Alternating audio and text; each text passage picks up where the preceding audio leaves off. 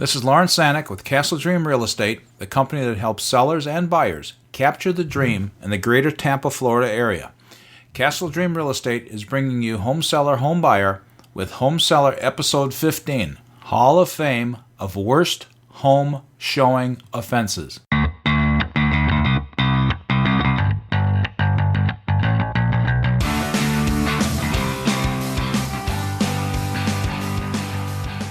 Sellers, do you really do this? Do you want to be part of the Hall of Fame of Worst Home Showing Offenses? Putting kitty litter boxes and dirty dishes in the sink aside, some buyer agents say they've seen much worse when touring homes with their clients. Here are some of the Hall of Fame of Worst Showing Offenses. Sharon Register out of Spring, Texas. Hide the body bag before the showing. The worst thing I ever witnessed during a showing was seeing a full body bag on the floor of the master bedroom closet.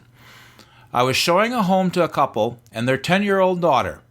The wife opened the master bedroom closet and screamed when she saw a full body bag. Upon further inspection by myself and the husband, we discovered the body bag was packed with clothing for storage purposes. Still, it was extremely creepy. Needless to say, they did not purchase that home. Now, I jokingly warn all my sellers to put away the body bags before the house goes on the market. Thank you, Sharon from Spring, Texas. Who let the dogs out? LePage Williams from Madison, Alabama. I called a listing agent to make a showing appointment, and she informed me of a small dog closed up in the laundry room. She asked that I let the dog out into the backyard during the showing. Being a dog person, I agreed, but when I arrived, my clients were already there and entered the home with me, even though I asked they wait outside while I took care of the dog. When I opened the laundry room door, the dog fired out like a cannon across the kitchen into the living room, half barking and half screaming, while simultaneously spraying body fluids and firing solids across the floor. My well-meaning client took a dive for the dog. The dog took a bite out of him. The dog then flew into the master bedroom, scampered under the bed. The owner's father arrived to help us, coaxing the dog out and back into the laundry room. Meanwhile, I cleaned up the mess on the kitchen and living room floors and gave my client first aid for his dog bite. Thank you, LePage Williams, on that very, very descriptive situation out of Madison, Alabama. Christine Smith out of California. Home showing or a crime scene? I was showing a property to a relocation family from Texas. We walked upstairs and spotted red blood stains across the green carpet. We walked into the kids' bedrooms, and I saw the dresser drawers were all pulled out and missing clothes.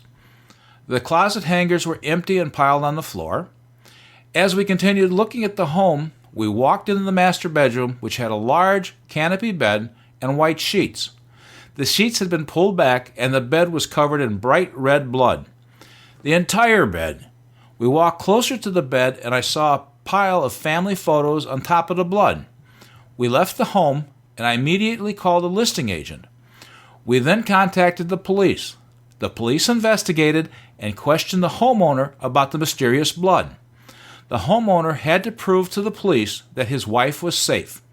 Later, the listing agent told me my client said his wife was having female problems. Thank you, Christine Smith from Pleasanton, California. Joy McClinton out of Pachuta, Mississippi. Sure, blame it on the dog. I made an appointment giving 3 days prior notice to show a home. The listing agent wanted to be sure I knew the owner had a blind dog that might have spilled food around his dish. When I arrived, I was so embarrassed, but I also had to laugh. The blind dog was sitting very quietly in his lounge chair.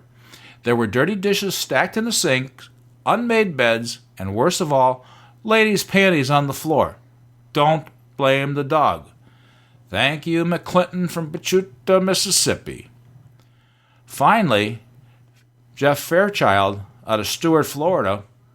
Overly honest homeowners. The sellers insisted on meeting buyers during inspections. The buyers confided to the seller that they were moving because they had a crazy neighbor who would not leave them alone. Would you believe the seller agreed and told the buyers they also had a crazy neighbor who would not leave them alone? Guess what? The deal fell through the next day. Thank you, Mr. Fairchild from Stuart, Florida. Well, I hope nobody out there wants to make this list.